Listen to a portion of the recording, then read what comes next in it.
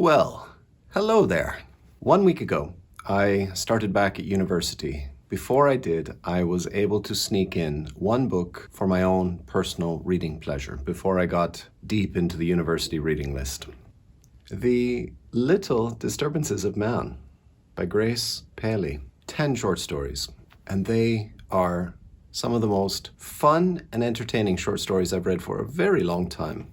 Of the 10 short stories in this collection, 9 of them are written in the first-person perspective. So it's, I did this is what happened to me. I think, all right, now, is that actually the truth that we're getting? Can we believe what we are being told? Because some of the best books, narrative technique of the unreliable narrator, that they are either lying to us or they are deluded in what they are telling us, which that is the wonderful game, that we have to try to figure out what is really happening. It is this enormous puzzle. So you need to be careful and on your toes when you're reading this wonderful book. The first short story, Goodbye and Good Luck. A woman who is, I suppose, not young anymore. I don't want to say middle age, but that's what she feels like. And she is telling the story of her life and her romance to one of her nieces. Very quickly, we get the feeling that this woman has some kind of an opinion about herself and how she manages to have this affair with this famous actor and how it makes her feel, even though, he's married. And it's just so wonderfully written. It's written in this very stylized way. Like you can hear the rhythms of the people's speech when you're reading this short story, because it is so close to what someone might actually say. I love it. This is from the first short story, Goodbye and Good Luck. The sad day came. I kissed my mama goodbye.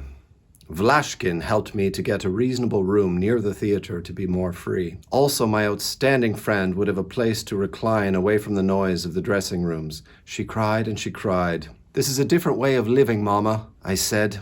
Besides, I am driven by love. You, a nothing, rotten hole in a piece of cheese. You're telling me what is life? She screamed. Very insulted, I went away from her, but I am good-natured. Fat people are like that, kind, and I thought to myself, poor Mama. It is true, she got more of an idea of life than me. She married who she didn't like, a sick man, his spirit already swallowed up by God. He never washed. He had an unhappy smell. His teeth fell out, his hair disappeared, he got smaller, shriveled up little by little, till goodbye and good luck. He was gone and only came to Mama's mind when she went to the mailbox under the stairs to get the electrical bill. In memory of him and out of respect for mankind, I decided to live for love. Think about what kind of character that is, who goes on in that vein. She's fantastic. Quite a lot of the stories are about Jewish characters from Brooklyn, mainly, which I believe is where Grace Paley came from. And these stories are just fantastic. The amazing intersections of men and women, and the relationships and the strife that they cause one another. There's one it's quite hard to describe this story, an irrevocable diameter, because it seems to dance quite precariously on the cusp of the illicit. There is an air conditioning man who comes to this house in the rich neighborhood, and he strikes up an affair with the 17-year-old daughter who lives there. And he's quite an outrageous figure.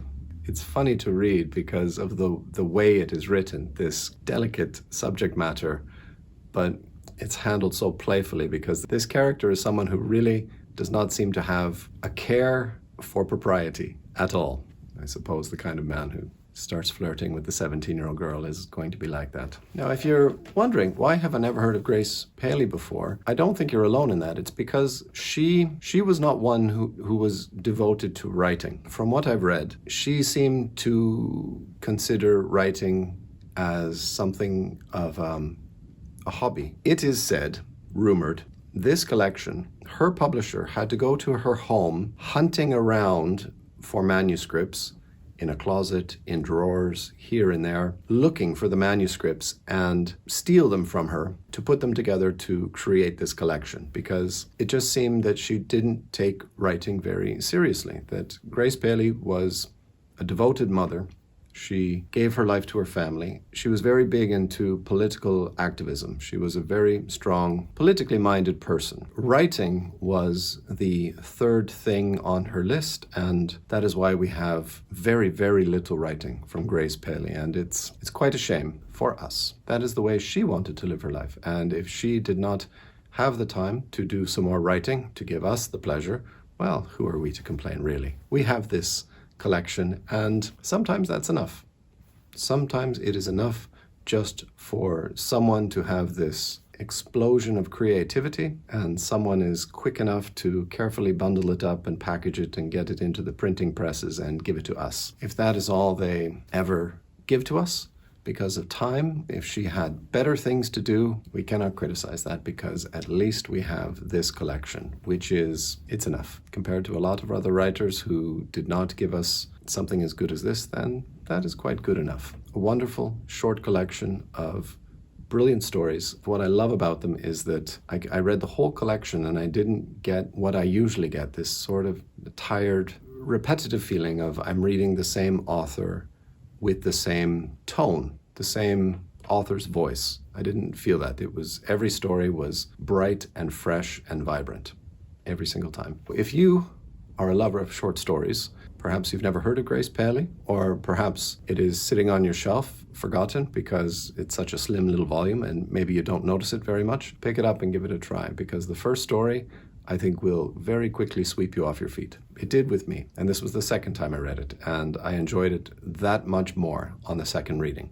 Thank you very much for watching. I'm going to record my university reading list. It's going to be a lot longer, and it's going to be a lot less happy than this video. If you would like to support the channel on Patreon, there is a link below where you can sign up or register or do whatever you do, and you can give a little money every month to support the channel. That helps me a lot. There's a link below that you can buy the book on Amazon. If I can ever one day manage to figure out the tax information on how to do that, might be a little bit profitable for me. My name is Grant. This is Grant Loves Books. Thank you for watching. Take care.